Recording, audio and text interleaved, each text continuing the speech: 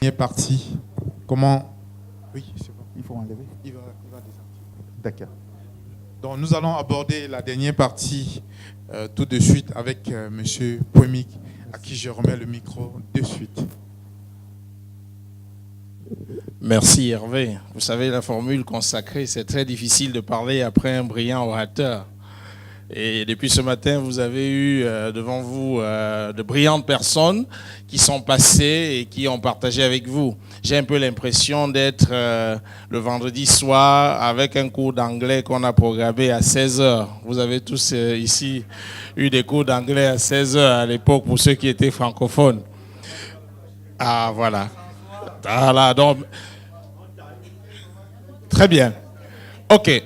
Je vais, avant qu'on ne passe à la présentation, moi j'ai essayé d'être plus pratique. Je me suis demandé, qu'est-ce que je vais leur dire? Est-ce que j'ai même confiance en moi? Je ne sais pas. Qu'est-ce que je vais pouvoir leur dire? Mais je me suis dit, je vais m'appuyer sur mon expérience. Et mon expérience, c'est tout ce qui est pratique. Combien d'entre nous ici envoient un email en espérant que leurs collègues ne lisent pas? Combien?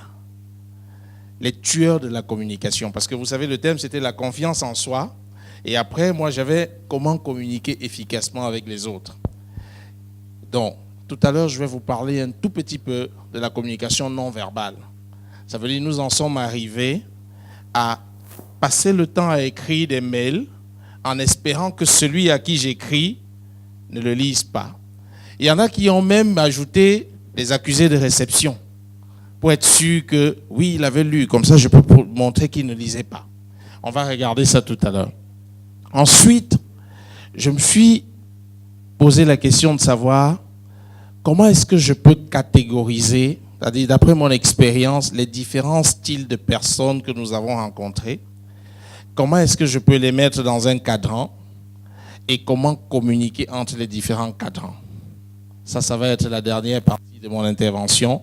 Et je vais chuter sur l'attitude, parce que tout est dans l'attitude que nous allons avoir. Mais avant ça, il y a le docteur Fortuné Bellion, qui un jour m'avait fait très forte impression en partageant avec nous la notion des 3 cerveaux. Je vais vous montrer, chacun ici, on a parlé depuis le début, les différentes contributions, la confiance en soi se développe. Comment? Donc je vais vous dire et je vais vous présenter que font nos 3 cerveaux. Après, nous allons donc descendre dans les différents cadrans que je vous ai montrés. Donc,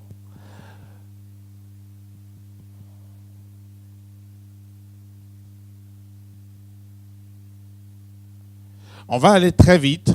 On va aller, voilà, très bien. Connais-toi toi-même. La première chose, il faut se connaître soi-même. Je crois que nous l'avons développé.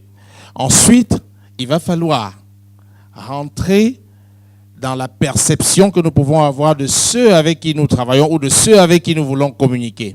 Mais si nous nous connaissons déjà nous-mêmes à travers les outils que nous allons voir, on pourra facilement, dans un questionnaire que je mettrai sur le forum, identifier les différents styles de personnalité des personnes avec lesquelles nous travaillons pour pouvoir les classifier dans le cadran que nous montrerons. Mais pour l'instant, nous allons devoir d'abord nous connaître nous-mêmes. Comment fonctionne, savoir maîtriser tout notre fonctionnement cérébral afin de vivre toutes nos capacités de développement. Ça, c'est important.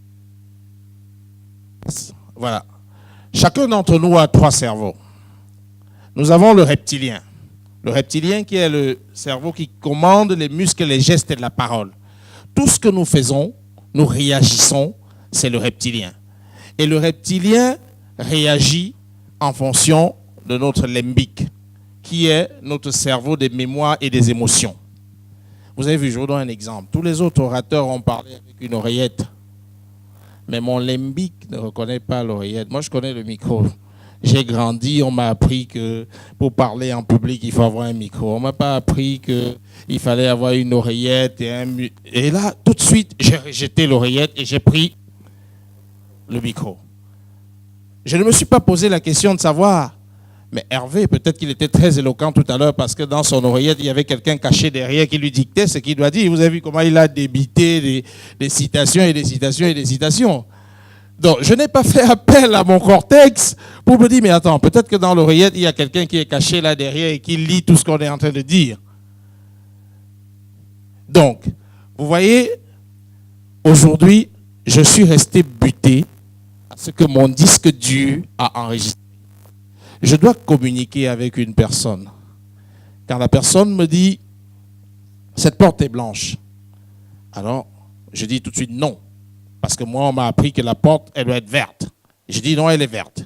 Donc, on va voir un peu comment fonctionnent donc nos trois cerveaux, le reptilien, le limbique et le cortex, en allant rapidement pour pouvoir chuter, encore une fois, sur notre point focal.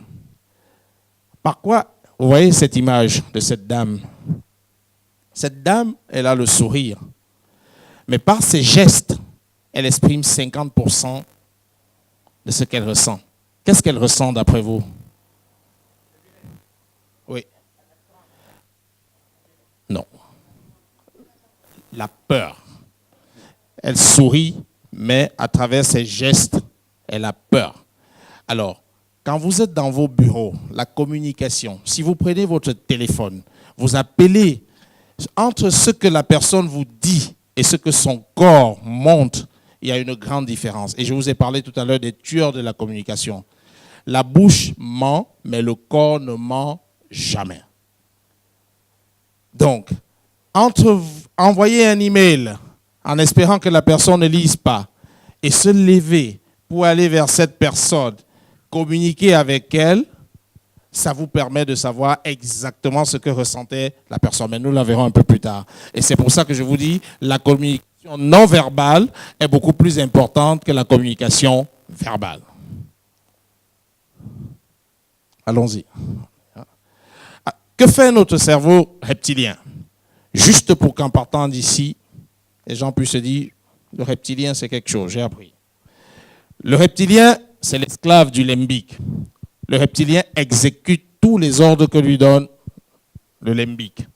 Il est le moteur clé des réflexes comportementaux. C'est lui qui dit oui, c'est lui qui dit non, c'est lui qui dit j'accepte cette personne parce qu'elle a des odeurs nauséabondes ou je ne l'accepte pas. C'est lui qui n'analyse rien, il ne réfléchit pas, il pilote tous nos muscles et nos cordes vocales et gestes. Il informe le limbique du fonctionnement de tout le corps. Il est le cerveau du comportement du primate, notre reptilien. Et chacun d'entre nous en a. Donc, j'ai expliqué ça. Que fait notre limbique? Notre limbique, c'est un peu notre disque dur. Il refuse toute analyse. Il refuse toute réflexion. Il enregistre tout ce que nos sens perçoivent. Il est le disque de nos émotions. On a parlé tout à l'heure, je ne vais pas revenir dessus. Les sentiments. Par contre, le limbique n'efface rien. Tout ce que nous vivons dans notre enfance, notre éducation parentale, tout ce que nous avons appris, toutes nos certitudes sont enregistrées dans notre limbique. Et très souvent, c'est celui auquel nous faisons appel.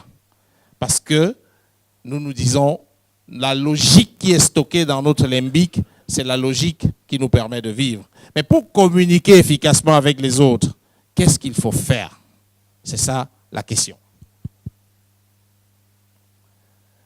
On peut passer, parce que là j'ai expliqué ça. On peut passer. Voilà. Le limbique qualifie tout en permanence. Tout ce que nous voyons, tout ce que nous entendons, on se réfère à notre limbique. Et nous allons donc devoir faire appel à notre cortex pour avoir, on pourra passer, défiler les images et les verrons, on pourra passer. Allons-y, on passe. Voilà. Donc, aujourd'hui, notre limbique compare tout ce qu'il reçoit avec ce qu'il connaît ou ne reconnaît pas. Lorsqu'il reçoit une information inconnue, il la refuse ou alors il fait un blocage. Je ne suis pas d'accord avec vous et ne l'accepte pas. Aujourd'hui, l'objectif c'est quoi? C'est de vous dire, vous devez faire appel à votre cortex qui lui, on va aller directement sur le cortex parce que je ne vais plus vous fatiguer avec beaucoup d'images. Allons-y. Voilà, donc, on remonte. Que fait notre cortex?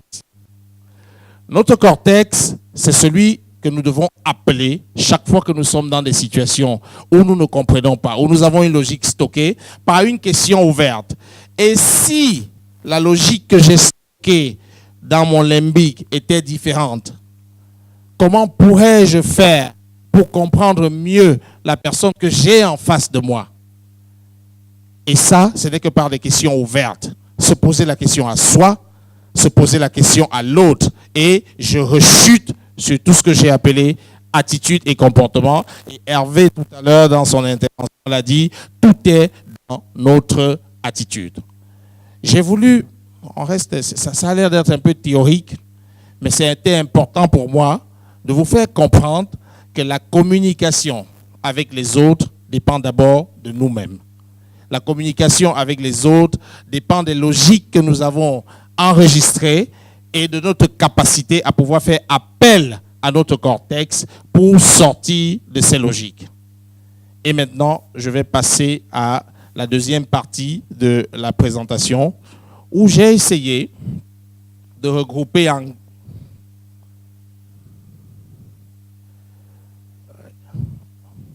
C'est bon, on y va. Voilà. J'ai essayé de regrouper en 4 grands cadrans, d'après ma petite expérience professionnelle, les différents types de personnes que nous rencontrons souvent au travail. On a des personnes amicales. Ces personnes amicales, il faut leur parler de leur personne. Elles sont orientées personne. Il faut venir le matin, leur parler d'elles. Il faut leur apporter plus de soutien. Il faut être informel. Il ne faut pas toujours définir des cadres formels pour discuter avec ces personnes. Ce sont des travailleurs d'équipe, souvent évasifs, indisciplinés et émotionnels. Ensuite, vous avez des personnes qui sont, que j'ai qualifiées de réceptives, qui sont des personnes orientées idées, qui arrivent tous les matins avec une nouvelle idée. Tous les matins avec une nouvelle idée, qui sont spontanés, créatifs, qui recherchent la stimulation, qui ont besoin à chaque moment d'être valorisés. Et ce matin, il a parlé de la valorisation. Ces personnes qui sont un peu bordés, un peu manipulateurs. Vous allez peut-être retrouver autour de vous, l'idée c'est que chacun essaye, dès lundi matin, de faire un cadre et de classifier ses différents collègues dans ces 4 cadrans et de voir qu'est-ce qu'il faut faire pour communiquer avec chaque personne qui appartient à un cadran. Vous avez des personnes analytiques. Et en général ici, ce sont des comptables. Et moi, je me rappelle à l'époque, nous on disait des cons à table. Parce qu'eux, ils étaient toujours là, à dire, bon, pourquoi ça, pourquoi ci, pourquoi ça. Et ça vous embête. Parce que lui, il est dans son job, il fait de l'analytique. Il est organisé, sérieux, patient, parfois un peu indécis et exigeant. Ça, c'est, en général, ce sont les comptables. Ici, vous avez des commerciaux. OK? Et là, Sandra, on a des gens du marketing qui viennent tous les jours avec des idées nouvelles. Et ici, il est parti, nous avons les financiers, les directeurs financiers. Ce sont des personnes directives, dans le style de personnes directives, efficaces, déterminées, prend en charge, astreignant, dominateur. Mais ce n'est pas parce que j'ai dit financier et tout qu'on ne peut pas se retrouver dans chacun de ces cadrans. Chacun saura se retrouver dans l'un de ces cadrans. Alors, comment est-ce qu'on peut améliorer notre communication avec chaque personne qui figure dans l'un de ces cadrans? Et c'est ça qui est important. Pour des personnes qui sont amicales, si vous avez, une fois que vous avez étudié vos collègues et que vous avez dit, je le classifie parmi les personnes amicales, alors vous devez lui donner toute votre attention et votre soutien. Vous devez venir, si c'est un collaborateur, regarder ce qu'il fait, participer à ce qu'il fait, l'encourager. Il a besoin d'être encouragé. Vous devez lui poser des questions pour obtenir de lui exactement ce qu'il pense. Vous devez entretenir des relations privilégiées avec lui. Alors, pour les personnes analytiques, il faut leur donner beaucoup de choses à faire. Ce sont des personnes qui s'ennuient quand elles n'ont rien à faire. elles ont besoin de passer 24 heures au bureau. Vous avez certainement des collègues qui arrivent à 7 heures et qui repartent à 23 heures. Alors que vous riez. Donc, alors que vous dites, mais moi j'arrive à 14 heures et à 17 heures j'ai fini ce que j'ai à faire. Mais qu'est-ce que lui fait au bureau de 7 heures à 23 heures? Est-ce que c'est parce qu'on reste de 7 heures à 23 heures au bureau qu'on est forcément plus performant?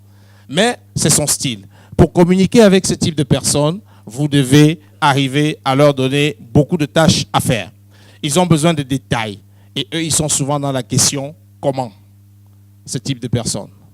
Ensuite, vous avez des personnes réceptives qui ont orienté idée. Ces personnes parlent franchement et vous disent ce qu'elles pensent. Ces personnes aiment quand on les applaudit. Hervé, je n'ai pas dit que c'est ton cas. Ces personnes, il faut les aider à apprendre. Ces personnes, il faut écouter leurs rêves. Parce que quand ils commencent à vous développer une idée et que vous la coupez, là, vous avez déclenché un blocage de communication qui peut être explosif. Vous devez prendre le temps pour écouter ce type de personnes. Et à ces personnes, il faut souvent poser la question « Pourquoi ?» Pourquoi? Ensuite, vous avez des personnes directives avec un style très directif, des personnes orientées résultats, qui aiment la structure. Vous devez leur présenter vos idées dans une structure bien précise. Ces personnes n'ont pas de sentiments et vous disent froidement, les yeux dans les yeux, ça aussi s'appelle les ressources humaines. Maintenant, vous êtes licencié. C'est terminé. Et là, vous devez savoir comment dealer avec ce type de personnes. Il ne faut pas perdre du temps à ce type de personnes. Il faut soutenir leurs actions et il faut leur poser la question aussi, pourquoi? Alors, ce qu'il faut savoir, c'est que les personnes analytiques peuvent avoir des relations faciles avec des personnes directives et les personnes amicales peuvent avoir des relations faciles avec des personnes réceptives, mais dans ce style, c'est complètement opposé. C'est différent. Ils sont toujours en opposition. Alors, qu'est-ce qu'il faut faire pour ne pas contrarier les personnes qui sont dans chacun des cadrans de communication? C'est le prochain slide. Donc, pour ne pas contrarier une personne amicale, il ne faut pas surtout ne pas les écouter. Il ne faut pas surtout ne pas les écouter. Il ne faut pas être trop agressif avec ces personnes. Et je me souviens, quelqu'un a parlé ce matin de l'agressivité. Et surtout, il ne faut pas mettre des procédures rigides. Je me souviens, dans ma précédente expérience, j'avais un collaborateur, Nestor, qui était l'homme qui faisait tout le chiffre d'affaires du marché Mbopi. Vous savez que le marché Mbopi, c'est un très grand marché. Mais Nestor, ne lui demandez pas d'écrire, ne lui demandez pas de faire des rapports, ne lui demandez pas... Il sait porter sa mallette, sortir le matin et revenir avec 300 millions de chiffre d'affaires. Mais ne lui demandez pas, tu as rencontré 20 clients, que fait la concurrence, où est ton rapport, Nestor? Là, vous avez détruit Nestor. Il faut aller à l'amical. Je suis sûr que certains d'entre vous ont vécu ce type d'expérience. Il faut savoir communiquer avec ce type de collègues ou de collaborateurs. Ensuite, ce qu'il ne faut pas faire avec des personnes analytiques, venir leur présenter une idée ou un document qui n'a pas de structure, qui manque de preuves et qui a des changements constants. Là, vous vous mettez tout de suite en opposition avec les personnes analytiques. Pour les personnes réceptives, il ne faut pas leur demander trop de détails et surtout, il ne faut pas manquer de reconnaissance à ces personnes. Il faut toujours leur dire « Ah, c'est bien, qu'est-ce que tu as encore aujourd'hui? Quel est le feedback de ce que tu as fait la dernière fois ?» Et surtout, il ne faut pas ne pas écouter leur idée. Parce qu'il faut toujours écouter ce qu'ils ont à dire. Et maintenant, pour les personnes directives, il ne faut pas qu'ils aient l'impression que vous leur perdez du temps. Les directeurs financiers, je dis toujours, ça a été de toute ma carrière professionnelle, le combat, la communication entre l'équipe commerciale et la direction financière. Je suis sûr que certains d'entre vous ont vécu, et peut-être pendant les échanges tout à l'heure, on pourra en reparler. Il ne faut pas manquer de précision et de clarté quand vous venez les voir. Et surtout, il ne faut pas ne pas prendre des responsabilités. Parce qu'ils vont vous dire, est-ce que tu t'engages à prendre tes responsabilités si jamais ce que je dois signer devait se faire autrement? Donc voilà à peu près les différents cadrans dans lesquels j'ai essayé, à partir de ma petite expérience sur le marché local camerounais, de classifier les différents styles de personnes et les moyens par lesquels vous pouvez communiquer dans chacun des cadrans. Et je vais donc finir en parlant des attitudes. Parce que tout a été dit après avoir classifié vos collègues, quelle doit être notre attitude au niveau de nos lieux de service. La première attitude, douter systématiquement et positivement et consciemment de tout ce qu'on vous propose. Chaque fois que vous allez douter positivement de l'idée ou de ce que vous avez en face de vous, vous allez faire appel à votre cortex et vous allez vous dire, et si jamais ce qui m'était proposé était différent? Et si jamais cette odeur nauséabonde que dégage ma collègue était sa source d'inspiration pour son travail? J'en sais rien. Je me pose des questions. Donc, il faut toujours douter positivement.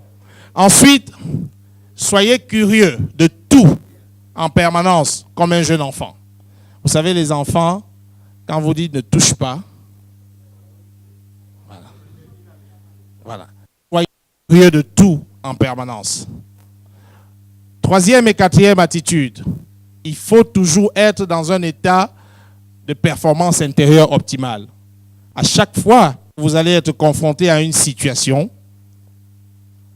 n'utilisez jamais le conditionnel. Vous savez, quand vous discutez avec quelqu'un, il dit, Léolin, je suis d'accord avec ce que tu viens de dire, mais non.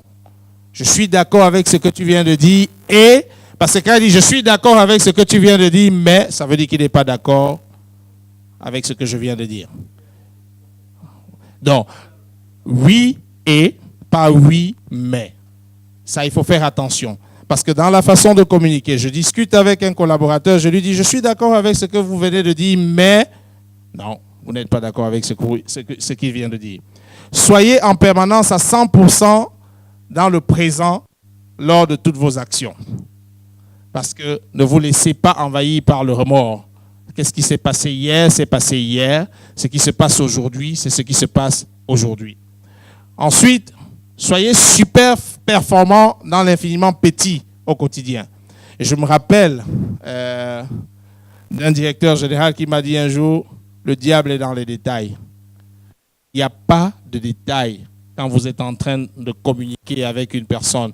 Soyez dans le plus petit détail que cette personne vous donne. Ce petit détail que cette personne vous donne peut être la clé qui vous permettra de résoudre le problème qu'elle a, cette personne. Soyez dans l'infiniment petit. Considérez chaque obstacle, chaque objection, chaque critique négative, chaque erreur, chaque échec comme des opportunités extraordinaires et des leçons à apprendre immédiatement. Ça, c'est fondamental. Lorsque vous êtes en pleine communication avec chacun des cadrans que vous aurez au préalable identifiés. La septième attitude que nous devons avoir lorsque nous voulons améliorer notre communication ou alors communiquer efficacement avec les autres, n'imaginez pas les autres avant d'en connaître leurs composantes factuelles. Les choses avant d'en connaître leurs composantes factuelles, leur contexte et leur sens précis. Il faut supprimer tous nos préjugés. Accepter les choses et les autres telles qu'elles et qu'ils sont, et non comme vous voudrez qu'elles ou qu'ils le soient. Ça, on rentre dans la compréhension et la connaissance de l'autre et de notre vis-à-vis. C'est très important. La dernière, mettez toujours l'autre au centre de vos préoccupations et de vos pensées.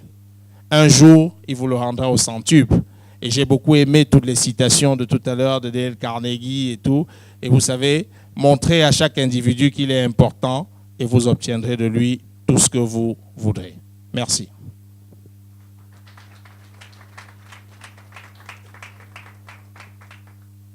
Voilà, c'est vendredi soir. Hein. Si on a, c'est fini, pas de questions. Joseph, c'est bon. Oh, c'est le cours d'anglais. Ok, merci beaucoup, Monsieur Lionel. Ce n'est pas tellement une question. Je ne suis pas spécialiste de la communication, mais je m'intéresse beaucoup à la communication. Vous aviez commencé par le cerveau humain. J'ai eu la grâce, dans le cadre de mes recherches, de beaucoup travailler sur le cerveau humain. Je vous remercie. Ben, vous aviez présenté, vous aviez dit, dans la communication avec les autres, premièrement, cette communication dépend de nous-mêmes. C'est-à-dire le succès de la communication dépend de celui qui engage la communication. Et vous aviez dit la communication dépend de la logique que nous avions bâtie. En termes de contribution, je voudrais ajouter, vous qui êtes professionnels, vous allez voir, rechercher que la communication dépend aussi du confort intellectuel de celui avec qui on communique. Je vais donner un exemple. Déjà vous-même, vous aviez donné un exemple de son monsieur qui vend, qui peut vous ramener 100 millions de chiffre d'affaires, mais qui n'est pas capable de vous apporter un rapport détaillé sur la concurrence, sur ceci, sur cela. Et vous aviez dit, une telle personne, il faut savoir communiquer. Qu'est-ce que vous aviez mis en évidence? Son confort intellectuel. Moi, j'ai affaire à une collègue qui s'occupe de la gestion des prestations maladie, des remboursements, tout et tout, et maîtrise son travail. Je m'occupe de l'aspect technique, production et même sinistre. Quand il arrive à un certain niveau d'analyse, je dois interroger toute l'équipe, mais attention à la question que vous allez lui poser. Ça risque de devenir une bagarre. Parce qu'elle est devenue automate dans les règlements des prestations. Elle ne peut pas développer un rapport ni faire une statistique analytique. Il faut savoir comment la mener pour qu'elle te fournisse les informations. Voilà le confort intellectuel qui entre en jeu. Si je prends sur le plan de la macro, parce que beaucoup ici, j'ai constaté, j'ai dit à l'attention des organisateurs de Talk Motivation Conference, on parle beaucoup plus dans la dimension micro-sociale et non macro. Sur le plan macro, il y a excusez le terme, c'était un ex-ministre de ce pays qui a dit à un président du tribunal lors d'une audience suivie par tous les Camerounais que monsieur le président, il faut tenir compte du confort intellectuel de tous les accusés qui sont devant vous. Je le cite, il n'y a pas lieu de cacher, on connaît ce procès, c'est le ministre Vumsia Chinai qui dit au président du tribunal lors du procès du coup d'État manqué où l'ex-président était impliqué. Pourquoi le ministre le dit? Parce que devant l'audience, on avait toute une catégorie de personnes, du petit soldat, passant par le sergent, le capitaine, le lieutenant-colonel, le colonel, les généraux même impliqués. Tous n'ont pas le même confort intellectuel. Tous ne vont pas comprendre le président du tribunal ou le procureur de la même manière. Et monsieur le ministre Vumsia était obligé d'amener l'instance à tenir compte du confort intellectuel de ceux qui sont interrogés. Si nous ne tenons pas compte du confort intellectuel de notre vis-à-vis, ça peut être tout un public, ça peut être une seule personne, forcément nous allons échouer la communication. Si je ramène sur le plan familial, parce que depuis là on ne prend que deux exemples, hein, j'ai dit nous sommes restés micro, la famille, l'entreprise. Nous sommes des parents, nous sommes des pères. Quand vous communiquez avec vos enfants, c'est celle qui est en 6e, vous n'allez pas communiquer comme celui qui est en terminale. C'est deux conceptions différentes. Vous êtes obligé de tenir compte du confort intellectuel de l'enfant qui est en 6e par rapport à ce que vous voulez lui dire, même si ça concerne toute la famille, et tenir compte du confort intellectuel de celui qui est en terminale ou à l'université. Et là, la communication passe. Quand vous communiquez, quand nous communiquons avec notre maman analphabète, nous faisons comment? Nous devons tenir compte de son confort intellectuel, sinon notre message ne passe pas. Si nous voulons le ramener à notre niveau. Je vous remercie, c'était ma contribution, de faire des recherches sur ce point. Merci pour cette contribution. Et je voudrais juste dire, vous venez de rajouter un peu ma confiance en moi. Parce que je me suis posé la question en parlant des cerveaux.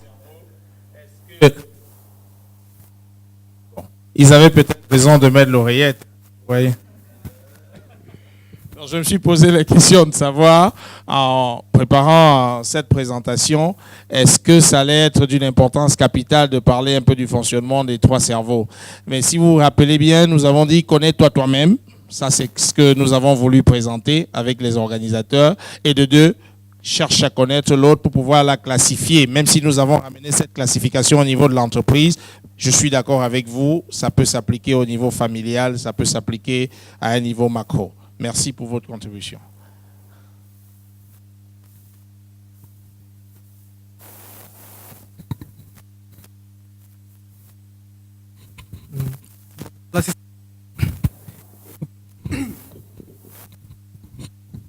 Bonjour l'assistance. Et tout que sais-je, responsable maintenance Bolida Cameroun. Ici, j'aimerais apporter un exemple pratique. Parce que vous savez, on parle depuis des contextes, on parle depuis d'entreprises. J'ai apprécié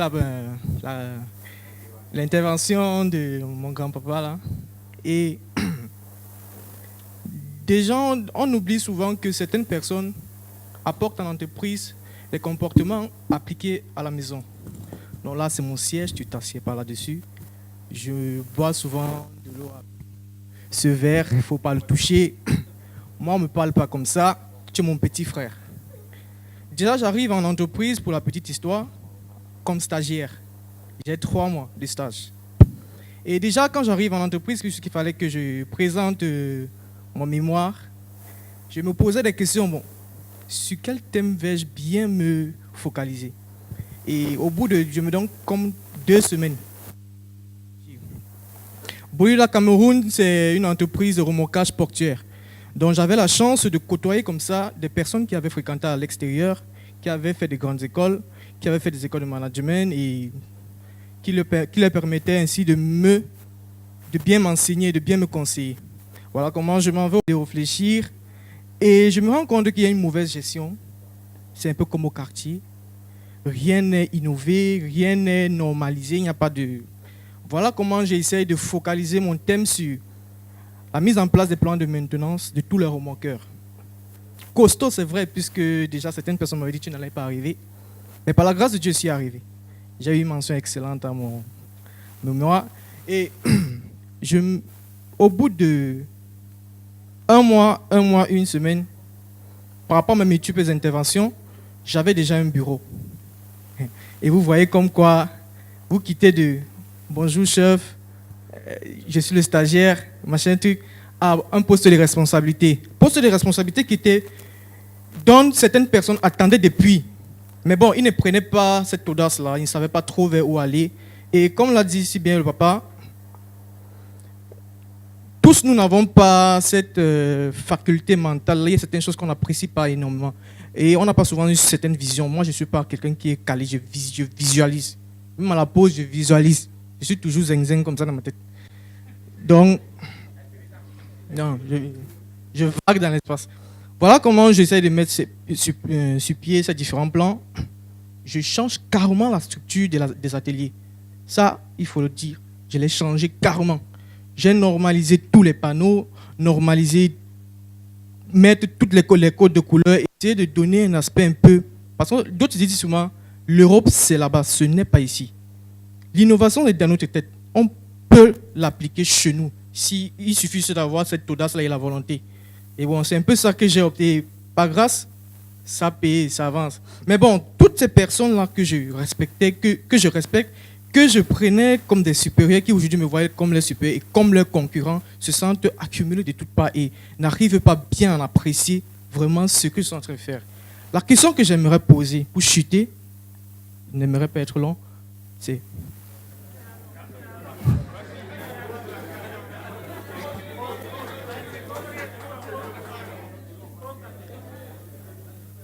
Monsieur Hervé nous a parlé, vous pouvez aller vers une personne, elle est réceptive à ce que vous voulez lui dire. Imaginez un peu que je vienne vers vous, vous vous sentez frustré par mon étoile. Vous vous sentez frustré. je viens vers vous, je vous dis, j'aimerais vous parler de manière personnelle, intime. Et que vous me dites non. Déjà, il a cette émotion très brutale là. Non. En entreprise, comment faire pour essayer de vraiment communiquer avec vous et travailler avec vous? Merci. Merci pour la question. Cette question me rappelle une intervention quand je suis rentré dans la salle. Et puis il y a un intervenant qui disait, mais pourquoi on ne valorise pas ceux qui échouent? Je crois que pourquoi on ne valorise pas ceux qui échouent? Et à cette question-là, j'ai envie de dire à cet intervenant, chaque échec est une étude de marché gratuite. Ça veut dire, au lieu de payer des cabinets pour vous faire des études de marché, essayez à chaque fois échouer et vous considérez que c'est une étude de marché que vous avez payée. Pour faire le parallèle avec votre point de vue et vous dire, il n'y aura jamais une communication qui soit efficace d'un coup. Il n'y aura jamais. Il faudra de multiples tentatives. Mais avant de multiples tentatives, parfois, chaque être a quelque chose qui chérit le plus. Je vais vous donner un exemple. Vous allez entrer dans un bureau et vous allez trouver un tableau qui est posé derrière le monsieur, votre supposé collègue, et qui est là, et que tous les matins, il nettoie ce tableau, arrivé dans son bureau, ne parlez que de ce tableau. Quand l'avez-vous acquis? Pourquoi est-il si important pour vous? J'apprécie énormément ce tableau. Et ne parlez pas de l'organisation et de la structuration. Je donne un exemple. Ne parlez pas de l'organisation et de la structuration. On peut communiquer avec une personne sur un sujet sans aborder le sujet principal.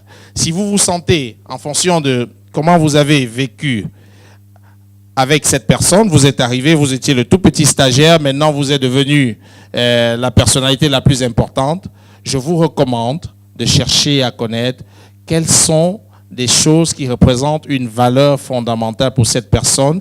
Intéressez-vous à cette chose-là et montrez à cette personne que vous pourriez contribuer à améliorer ou à faire grandir ou à faire porter cette chose qui a une valeur fondamentale pour lui. Et plus tard, revenez sur l'organisation du travail lorsque vous auriez déjà réussi à transformer cette personne en un ami. Donc, vous devez, en toutes circonstances dans la communication, chercher d'abord. Je me rappelle, j'ai vu dans l'une des présentations, ce qui est important, c'est l'autre. Ce n'est pas moi. En montrant à l'autre qu'il est, vous finirez par obtenir ce que vous voudrez. C'est ce que je pourrais vous donner. Mais ce n'est pas une solution. Après, ce sera au cas par cas, en fonction de ce que vous avez. Je ne sais pas si j'ai bien répondu. Julien, si tu permets, la dame, d'abord. Oh, je l'ai arraché, hein. Excuse.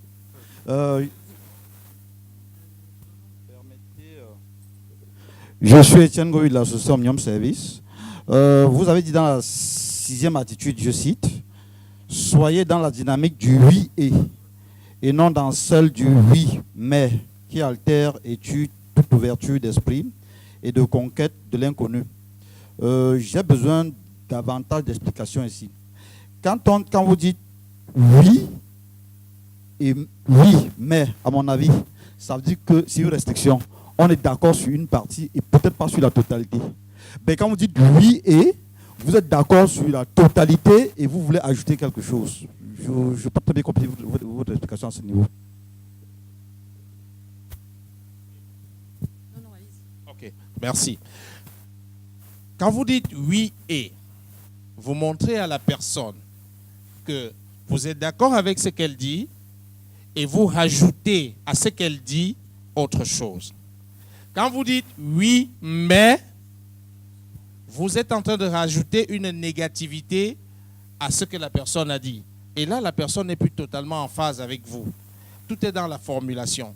Donc aujourd'hui, pour encourager des personnes qui viennent vers vous et qui ont des idées et que vous ne voulez pas. Si vous avez une personne, je vous ai montré les cadrans, idées orientées, et qui ont horreur d'être contrariées.